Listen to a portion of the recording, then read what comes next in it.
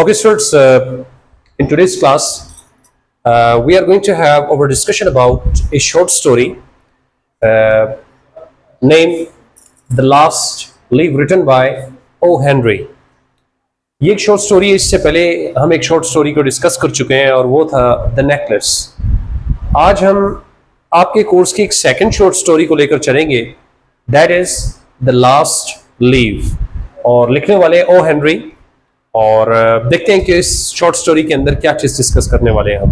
Please, first of all, when you start getting information about any short story, the very important thing which you are supposed to comprehend or keep in your mind, that is knowledge about a short story कि short story आया है क्या जिसे आप पढ़ने जा रहे हैं, उसके important characteristics क्या होते हैं। तो पहले short story को देख लेते हैं कि in literature short story is a concise, I mean short work of fiction, typically shorter than a novel, that focuses on a single event or experience with a limited number of characters and settings. It aims to create a specific mood or effect within a relatively brief narrative. If you talk about novel, the condition about a novel is that it should be at least of 50,000 words. There must be several chapters, several discoveries in a novel, and it may take several sittings to complete it out. But when you talk about a short story, that is confined up to one action. It can be finished within one sitting and one reading. So this is a short fictional work. If you talk about the important characteristics or elements of a short story that a person is supposed to keep in one's mind, so that movement you are supposed to keep in your mind. First of all, the very first thing, that is characters. I mean, in short story, the number of characters are usually limited. They all have main character, a protagonist, whom you will meet at a crucial stage in his or her life. You may only know a couple of his or her qualities. The other people who appear in the story are generally the minor characters. So very first thing you are supposed to keep in your mind, there will be limited number of characters in the short story. Next thing, that is narrator. Narrator is the one through whom the writer is supposed to represent his ideas or thoughts towards you. I mean, that will become the mouthpiece of the writer, will be other than the writer, and that will also be an imaginative or fictional. I mean, not well defined. That will be imagined. Okay? Next thing, setting. Because of limited length of short stories, it is rather unusual to have many settings in them. A setting is the time and the place where the events in the story take place. Keep in your mind. What is setting? The time and the place. Time, how much time you are going to give, and the place where it is taking place.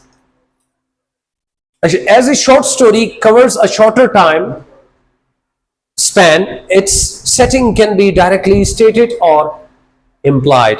I mean, it has got a very specific tenure or period of time, so the place where the story is supposed to take place will be very well defined, and that will be well known. Okay? Next thing, events. Events are the facts that in story that form the storyline and drive the action forward. Or the way the narrator arranges and presents the events in described as the plot. Mostly the short stories have one main plot. Without the presence of any subplots, there is no room for subplots in a short story. So there will be one plot. If you talk about event, as we told you, it will be confined within one action. There cannot be so many plots like other so many dramas and lengthy dramas. It will be limited to one plot, not subplots. एक ही plot पे बात होगी, जिसे कहते हैं the events. आप sequence of events को कह लीजिए कि ये plot के अंदर ऐड होते हैं। और अगली चीज़ है बेटे closure, that is the conclusion of a story. कि जब आप स्टोरी को इख्तिताम पर लाते हैं, where all the things will be settling down, जहाँ तमाम चीज़ें अपने इख्तिताम पर पहुँच जाती हैं, और आप ये कह सकते हैं the short story ends with a climax. Rising point हम कहते हैं, जो सबसे हाईएस्ट पॉइंट होता है, that is the climax where all the things will be resolve. आगे चलिए नेक्स्ट। अच्छा, आइए मैं आपको थोड़ा सा इसका एक ब्रीफ बैकग्राउंड बता देता हूँ कि लिखी कब गई, क्यों लिखी, लिखने वाले कौन है, इसमें क्या बात आप करने जा रहे हैं। बात होती है the last leaf by O Henry. The Last Leaf is an emotional short story that was written by O. Henry. It was first published in 1907. ये चीज आपसे ऑब्जेक्टिव में पूछी जा सकती है. Here in the Trimmed Lamb and Other Stories, a collection of O. Henry's short works. यानी आप कह सकते हैं collection of short works के अंदर एक चीज जो आपके सामने रखी है ये उनकी collections में से एक निकाली गई है. O. Henry was the pen name. ये इनका पेन नेम था. इनका ओरिजिनल नेम क्या है? William Sydney Porter is the real name of O Henry. ये इनका पेन नेम है. ठीक है. और जिसे आप उर्दू में क्या तखल्लुस कहते हैं basically. And that is who lived from 1862 until 1910. तो पता ये चला बच्चों कि जिस शॉर्ट स्टोरी को आप पढ़ने जा रहे हैं ये एक इमोशनल शॉर्ट स्टोरी है. इसको ओ हेनरी जो इनका पेन नेम है 1907 में इसको पब्लिश किया गया. इनका जो रियल नेम है वो हेनरी विलियम सिडनी पोर्टर है और जिनकी हम कह सकते हैं जिंदगी 1862 से 1910 तक वो दुनिया में रहे. उसके बाद बहुत सारी जो आप कह सकते हैं शॉर्ट स्टोरी को उन्होंने लिखा. आगे चलिएगा. सेटिंग, जैसे मैंने आपको बताया था कि short story when you talk about this is one of the most important elements of a short story कि भाई ये है कहां हो रही है, किस तरह से, इसके बारे में आपको पता होना चाहिए. O Henry short story the last leaf is set in an area of Greenwich Village that functions as an artist colony. The story focuses on the lives of two artists. दो आर्टिस्ट पेंटर्स के लीजिए उनकी जिंदगी के ऊपर ये मबनी है. Sue and Johnsy. Short story for या शॉर्ट फॉर जॉना, यानी इनका शॉर्ट नेम ये बनाया हुआ है basically जॉन्से. The two met at a New York restaurant in May and our story takes place in November. तो याद रहे बेटे जिस शॉर्ट स्टोरी को मैं और आप पढ़ने जा रहे हैं बेसिकली ग्रीनविच वो जगह थी जहां इसकी सेटिंग ने जगह ली. दो बहुत इंपॉर्टेंट कैरेक्टर्स जो सू और जॉन से हैं, ये दोनों आर्टिस्ट हैं, इनके ऊपर ये स्टोरी बनी है. क्या चीज है, क्या चीजें डिस्कस होंगी, will definitely discuss it out. आगे चलिएगा. अच्छा, अब एक एक करके जो इसके इंपॉर्टेंट एलिमेंट्स हैं वो पहले मैं आपके साथ डिस्कस करता हूं. आपने स्टोरी के नाम को पढ़ा the last leaf. That is basically standing for the hope. क्यों? वो जब तक मैं उसकी एक शॉर्ट समरी आपको नहीं दूंगा you will never be able to understand. लेकिन पहले देख लेते हैं. कह रहे following the doctor's visit Sue cries for a while and then gets back to painting. After a while she hears a sound coming from Johns room. It turns out that Johnsy is counting the leaves that have yet to fall off the tree outside her window. Johnsy explained to Sue that she believes she will die as soon as the last leaf falls. Basically, she has become the patient of pneumonia. And she is now hopeless about one thing. जैसे कहते हैं ना, when you are becoming the patient of depression, तो खुदा करे कितनी भी अच्छी चीजें हो इंसान नेगेटिव सोचना शुरू कर देता है और होपलेस होना शुरू कर देता है. Same was the case with the character we are discussing, I mean Johnsy. She was hopeless. और एक चीज दिमाग में इन्होंने बिठा ली थी कि इनकी विंडोज के बाहर जो क्रीपर प्लांट था वो ये सोच रही थी कि जैसे जैसे इनके पत्ते कम होते जाएंगे और आखिरी पत्ता गिरेगा शी विल पास अवे, इनकी जिंदगी का भी इख्तिताम हो जाएगा. और हम इस बात को मानते हैं कि इंसान जैसा सोचता है वैसे ही उसकी जिंदगी में वो अमल होना शुरू हो जाता है. Same was the case with this depressed personality. She was depressed, she was in inferiority complex and she was living a life of despondency. दुख भरी जिंदगी और मायूसी भरी जिंदगी गुजारी थी और एक चीज को अपने दिमाग में बिठा चुकी थी कि जो ही आखिरी पत्ता गिरेगा मेरी जिंदगी इख्तिताम पसीर हो जाएगी. लेकिन सू इसके अंदर प्रोटेक्टर है जो इनकी फ्रेंड है. उसकी कोशिश होती है कि इसको किसी तरह होप दी जाए कि whatever you are thinking that is out of the context, ये एक यूजलेस चीज है, ये सिर्फ तुम्हारी थिंकिंग है, other than that it is nothing. आगे चलिएगा बेटा. अच्छा, the last leaf characters and description. The last leaf has 3 named characters who are integral to the story line. पहले तो हमने पढ़ लिया जॉन्सी, दूसरा सू, तीसरा एक कैरेक्टर होगा बरहमन, एक डॉक्टर या एक पेंटर कह लीजिए, वो आएंगे, उनका भी एंट्री होगी और उनका एक बहुत बड़ा रोल इसके अंदर होगा. तो 3 कैरेक्टर्स. आगे चलिएगा. थोड़ी सी डिस्कशन और की मैं बता देता हूं. देखिए 3 कैरेक्टर्स जिसके बारे में मैंने बात की. Johnsy, a young inspiring artist who becomes seriously ill with pneumonia.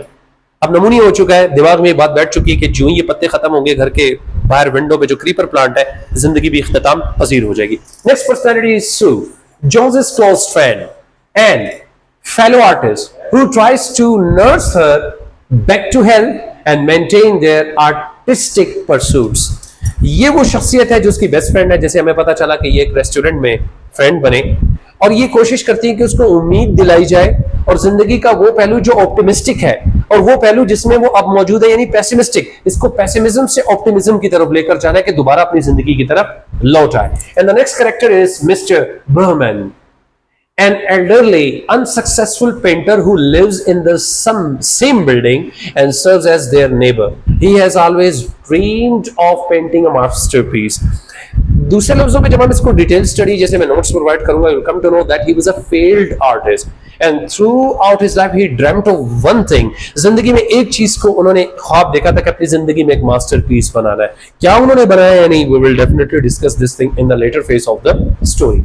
आगे है प्लॉट में हम डिस्कस कर लेते हैं कुछ चीजें ऐसी जो इनके नामों के साथ, इनके कैरेक्टर के साथ जुड़ी हैं। जब मैं वो थोड़ा सा इसका बैकग्राउंड डिस्कस करूंगा, that will become more easy for you people to understand. ठीक है, अच्छा देखिएगा, जोन्स इलनेस एंड बिलीव, बीमारी क्या है, नमूनिया, और बिलीव क्या है कि विंडो में जो एक क्रीपर प्लांट है, एक एक करके पत्ते ना ये काउंट डाउन करती रहती थी, जैसे 20, 19, 18 कम होते जा रहे थे और ये गिनती चली जा रही थी। और क्या दिमाग में चीज फिक्स हो चुकी थी, नेगेटिविटी, कि जो ही लास्ट पत्ता गिरेगा, स्टोरी का नाम चेक कर लीजिए, the last leaf, that is a symbol of hope. Joji contracts pneumonia and becomes convinced that she will die when the last leaf falls from the ivy vine, creeper plant का नाम है, she can see from her window। Sue's efforts, कौन है ये, the friend of Jonesy, क्या कहती है, she tries to encourage Jonesy but Jonesy remains despondent, दुखी and focused on the falling leaves। उसकी जिंदगी में एक ही चीज थी कि मैं लीव्स को देखती रहूं और एक एक करके जो जो ये पत्ते गिर रहे हैं, कब गिर रहे हैं, तेज हवाओं से गिर रहे हैं या नहीं गिर रहे हैं, और जब ये आखिरी पत्ता गिरने वाला होगा तो कब गिरेगा, क्योंकि she believed that with the fall of the last leaf her life will also end up, कि जिंदगी भी खत्म हो जाएगी। लेकिन ये फ्रेंड कोशिश कर रही थी कि इसको इस नेगेटिविटी से, पेसिमिज्म से बाहर निकाला जाए और ऑप्टिमिज्म की तरफ लाया जाए। आगे था बर्मन्स सैक्रिफाइस, क्या बनाना चाहता था थ्रू आउट लाइफ, मास्टरपीस। क्या वो मास्टरपीस बनाया या नहीं, उसका जवाब दे रहा हूं आपको। Burman, overhearing their conversation, is deeply moved by Jones's belief। अपने गुफ्तगू सुन ली कि ये क्या बात हो रही है, कि भाई ये तो वो पेशेंट है जोन्स, जो ये सोच रही है कि लास्ट लीफ जो है जब गिरेगा तो जिंदगी इख्तिताम पसीर होगी। What he does, he secretly goes out into the stormy night and paints a realistic looking leaf on the vine, ensuring it remains when all the others have fallen। छे जाएंगे, it's upon you whether it was a masterpiece or not।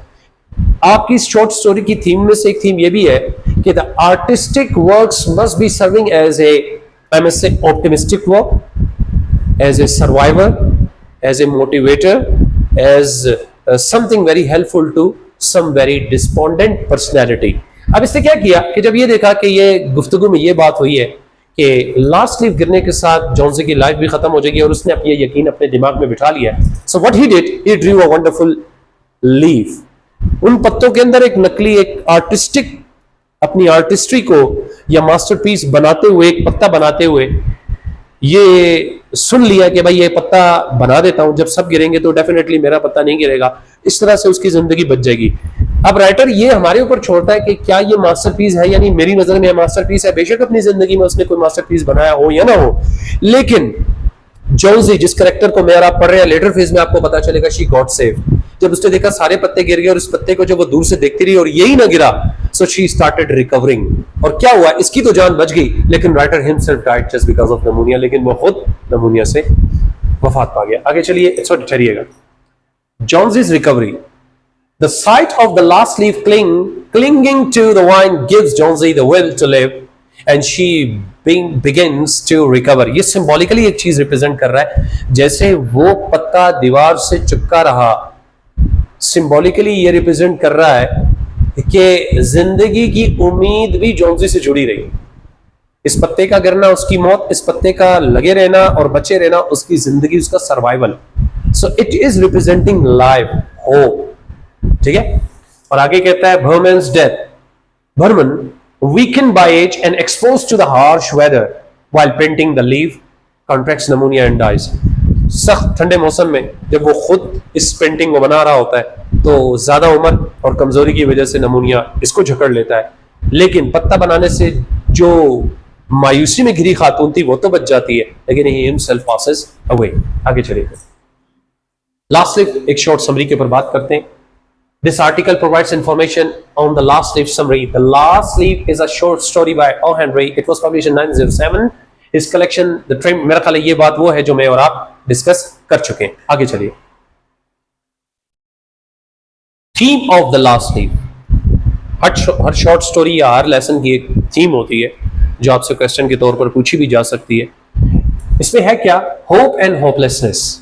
Hope, you can survive, जो पत्ते से मिली। Hopelessness कि नहीं, I am suppose to pass away, चाहे कुछ भी हो, I am suppose to taste the liquid of death, कि अब तो मौत का जायका चखना ही चखना है जैसे ही लास्ट पत्ता गिरेगा। कहता है the main theme of the story is hope. The author aims to highlight how important it is for a person to have will power and hope. Johnsy is provided with new hope when she sees that the leaf that is supposed to decide her fate is not falling. इंसान के अंदर अगर will power खत्म हो जाए तो खुदा करे वो कितना ही सेहतमंद क्यों ना हो, वो डिक्लाइन का सामना करेगा।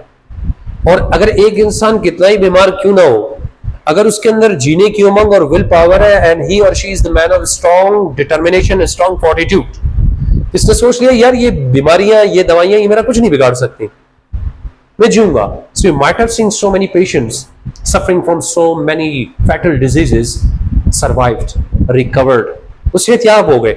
और उसके दूसरे हाथ पर ऐसे बहुत से लोग हैं जो छोटी सी बीमारी को अपने ऊपर इतना हावी किया कि जिंदगी से ही हाथ धो बैठे।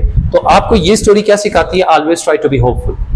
कभी भी नाउमीदी का दामन ना थामे। कैसे कहते हैं कि नाउमीदी एक शिर्क है, कुफ्र है। नाउमीद तो वो हो जिसके पास कुछ ना हो, और हमारे पास तो सब है, परवरदिगार है। अल्लाह पाक is the one who is always ready to decide our fate. वही जानता है कि किसने कब जाना है, किसने नहीं। लेकिन कोई बीमारी, कोई सेहतयाबी वाली चीज आपको सेहत नहीं दे सकती, कोई बीमारी आपको मौत नहीं दे सकती। That's why we should always be hopeful. ठीक है, आगे चलिए। The last leaf symbols. आपने सिंबोलिज्म, एक सवाल आ सकता है, what are the main symbols in the last leaf. तो चंद एक मैंने भी आपके लिए पिक किए, इसको डिस्कस करने के बाद चंद एक टाइम बचा, विल डेफिनेटली गो फॉरवर्ड। कह रहा है old ivy wine initially symbolizes death. जो पूरी की पूरी वाइन है ना, वो जो है डेथ को रिप्रेजेंट कर रही है, लेकिन इसका एक पत्ता उम्मीद को जाहिर कर रहा है जो बच गया। The story is November setting means the autumn is ending. नवंबर क्या है कि अब ऑटम जो है अपने इख्तिताम को पहुंच रहा है, जिसमें पतझड़ होता है। The shortening days and lengthening nights call to mind ideas of decay, decline and old age. दिनों का बढ़ना, रातों का मुख्तसर होना। दिन को तशबीह दी गई है यूथ से और रात को तशबीह दी गई है आपकी ओल्ड एज से, जो कि डिक्लाइन और नुकसान और वफात की तरफ इशारा करता है। The leaves change color, die and fall at the approach of winter, which is itself a symbol of cold, struggle and death. यानी इन पत्तों का रंग बदलना, जिंदगी के मुख्तलिफ फेजेस के चेंज और फिर इवेंचुअली गिर जाना, ये जिंदगी से मौत के दरमियान का जो सफर है उसको रिप्रेजेंट करते हैं। Johnsy sees a sign of her own future in the ivy leaves, with her own health falling. As the leaves fall, she predicts that when the last leaf falls, she will die. The last leaf, however, becomes a symbol of hope and life. इस story का नाम ही hope के ऊपर, hopefulness के ऊपर base करता है। तो लास्ट पत्ता जो है वो क्या रिप्रेजेंट कर रहा है? Hopefulness. It refers to fall from the vine. Despite the hard winds and rain, it clings to life, eventually inspiring Johnsy to cling to life as well. मैंने आपको बताया जैसे पत्ते के तेज हवाओं की मौजूदगी में भी कायम और दायम रहना, बिल्कुल इसी तरह जॉन्सी का लाइफ के साथ, उम्मीद के साथ जुड़े रहना, ये उम्मीद का सिंबल शो करता है कि जब तक पत्ता लगा रहेगा तब तक उसकी जिंदगी चलती रहेगी। The ivy vine and the leaf also symbolizes Sue's Sue's and Jonesy's friendship. कौन सी दो चीजें? आइवी वाइन एंड लीव, यानी एक पुरुमीद है और एक नाउमीद है। मैंने आपको पूरा बताया कि आइवी वाइन बजाते खुद मौत को रिप्रेजेंट कर रहा है और उसका जो पत्ता है वो सिंबल है होप का। इसी तरह दो दोस्त, Johnsy representing despondency, pessimism, whereas Sue represents what? Optimism, पुरुमीद है कि कुछ नहीं होने वाला।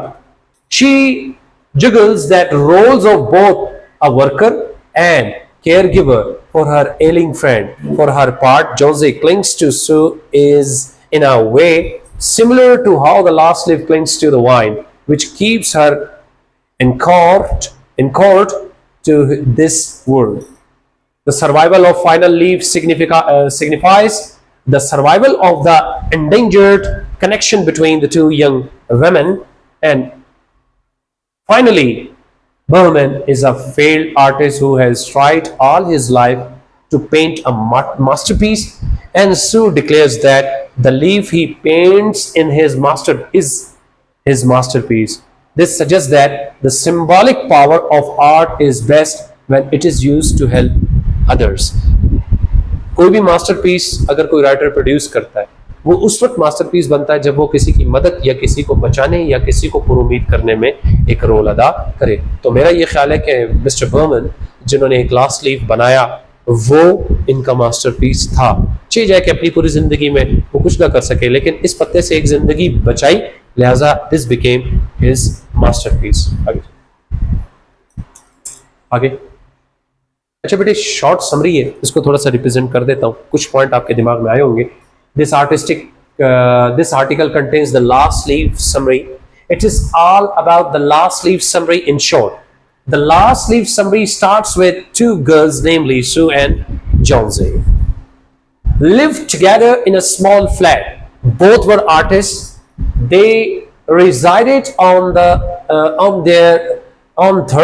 third floor of an old house.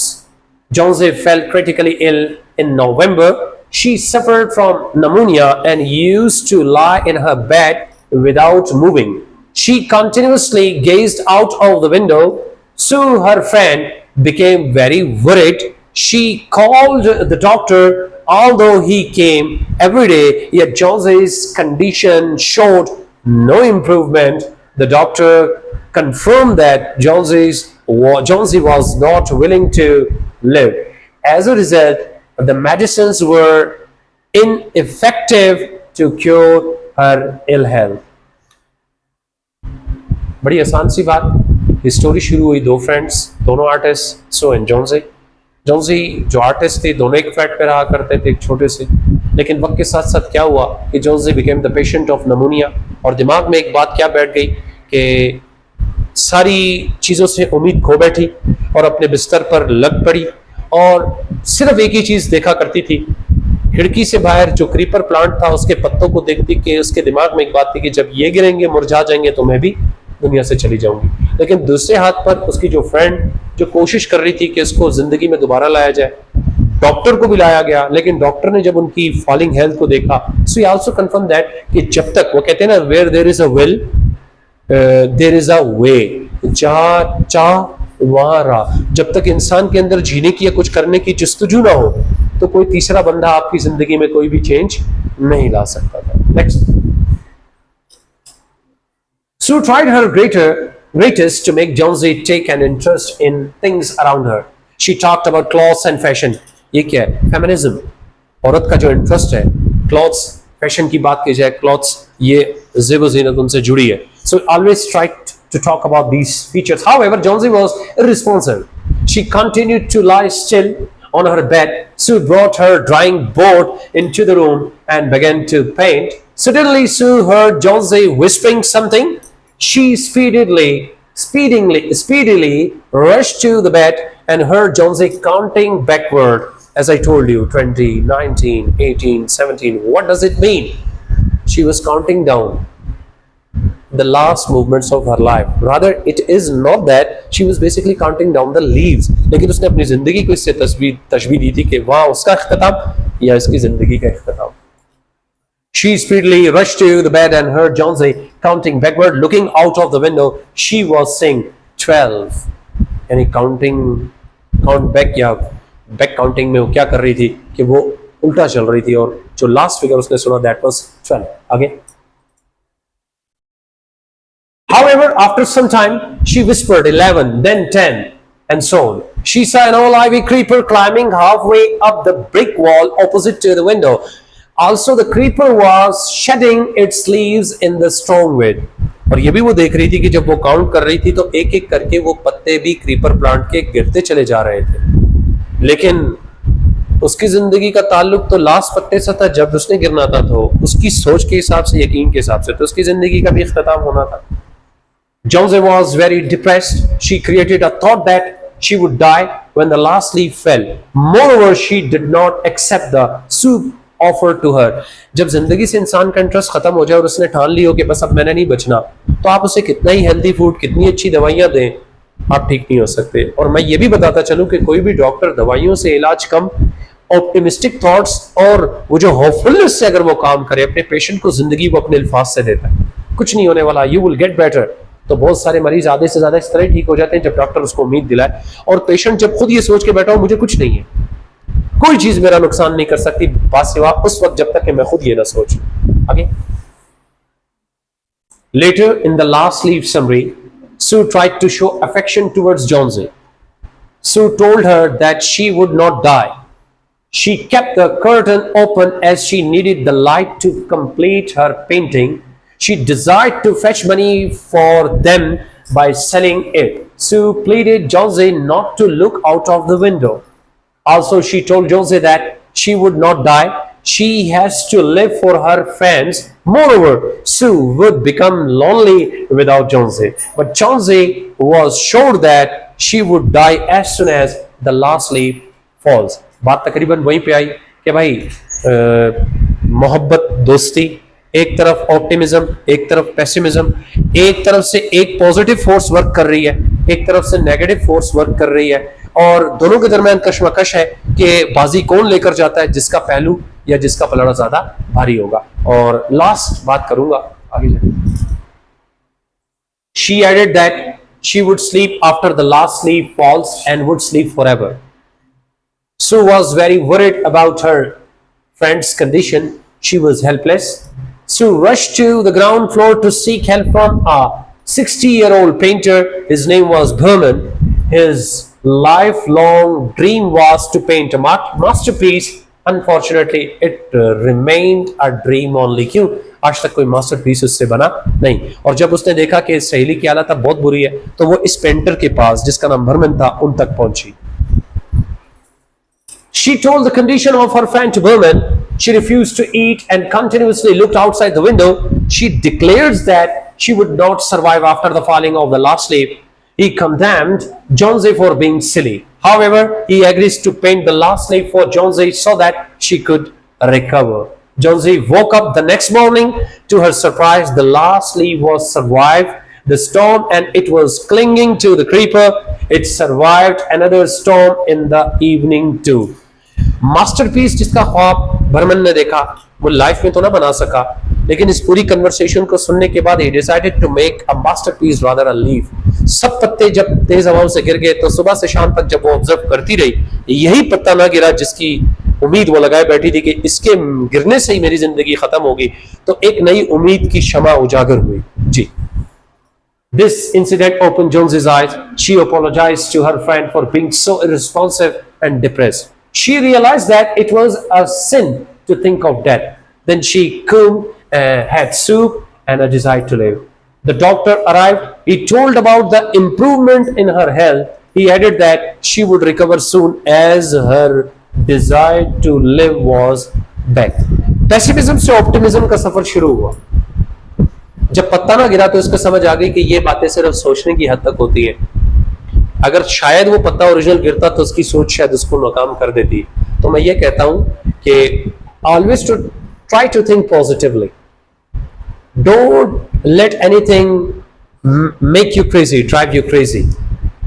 Nothing is so powerful to bring change in your fate and destiny. कि आपकी मंजिल में, आपकी जिंदगी में, आपकी किस्मत को बदलने वाली कोई और चीज नहीं है. आपके आइडियाज, आपके थॉट्स ही वो चीज है जो आपकी जिंदगी का फैसला कर सकते हैं, आपकी इंप्रूवमेंट का फैसला कर सकते हैं। एंड इंशाल्लाह when we come tomorrow in the next class we will complete this. Right, thank you. Let's go.